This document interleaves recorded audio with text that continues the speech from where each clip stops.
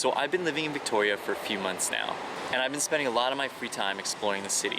Today, we're gonna go through my top 10 favorite free things to do or places to see around Victoria.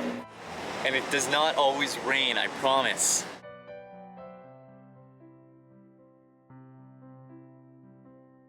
Beacon Hill is a huge park right in downtown Victoria. If you take a walk around, there's a lot to see. There's flower gardens, an outdoor theater, all kinds of lakes and bridges, and even the world's tallest totem pole, or at least it used to be. There are so many peacocks. They're not afraid of people at all. You can walk right up to them. There's also a petting zoo, which is only open in the spring and summer, but if you come by at the right time of year, you can sit right down and play with a bunch of baby goats.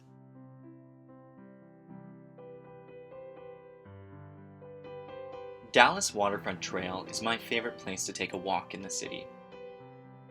It's 4 kilometers long, right on the ocean, and right across the street from Beacon Hill. You can see the mountains of northern Washington in the distance, and the view is always amazing.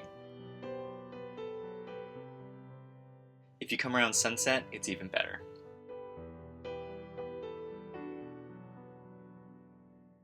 Oak Bay has a big marina. You can walk down to the pier, walk around, look at the sailboats. But the real reason this is on the list is this is the lesser known but best place in the city to see harbor seals. Go into the gift shop right at the entrance and you can buy a bag of fish. It's $3. Start tossing some in the water and they'll come right away. They'll come right up and do all kinds of tricks to get your attention. Some are better than others.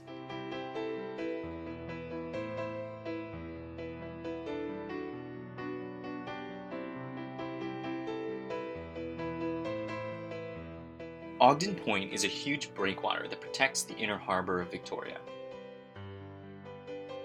It's a half-mile long and you can walk all the way out to the end where there's a little lighthouse.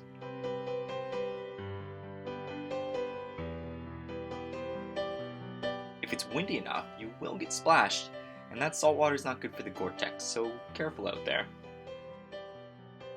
There's a lot of rocky beaches all over the island, but Willows Beach is right in town and it's actually a really nice sandy beach.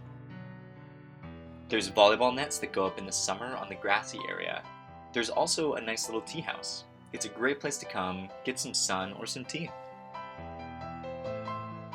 The Parliament Building is one of the iconic symbols of Victoria. You can walk around the grounds and the outside of the building is beautiful, but you really should go inside.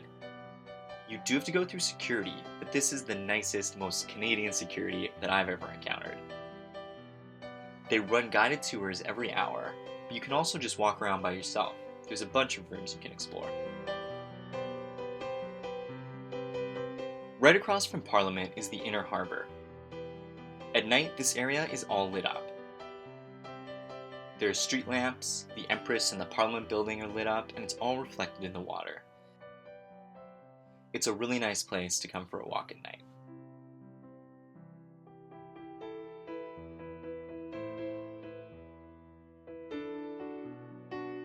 You should see Chinatown anyway, but while you're there, don't miss Victoria's tiny alleyways. Fantan Alley is the narrowest street in Canada.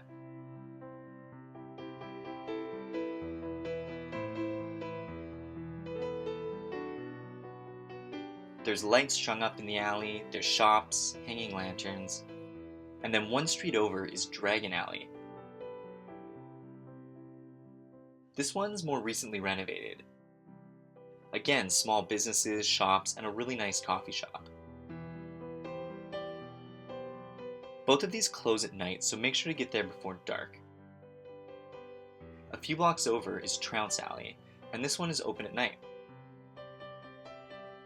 There's fairy lights strung over the whole alley and some nice restaurants.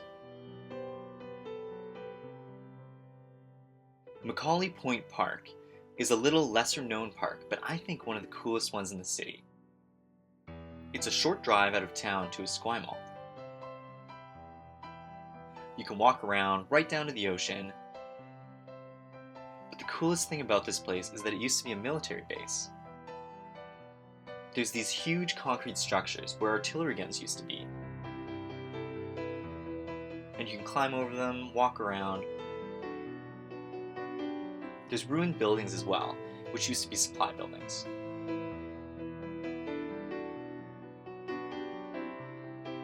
There's a tunnel that goes right through the hill and up to the watchtower on top.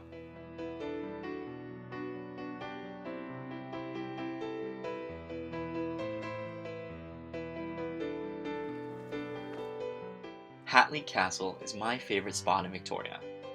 This one's a little ways out of town. You have to drive to Royal Roads University. This place has been a filming location for a bunch of TV shows and movies. Professor Xavier lived here in X-Men, Lex Luthor in Smallville, Oliver Queen in Arrow, and recently this castle was heavily featured in Deadpool. If you saw the movie, you'll definitely recognize it. The castle itself is totally worth seeing, and if you've seen some of these shows, it makes it even better. So, what do you think? If I missed your favorite, let me know in the comments, and I will see you next time.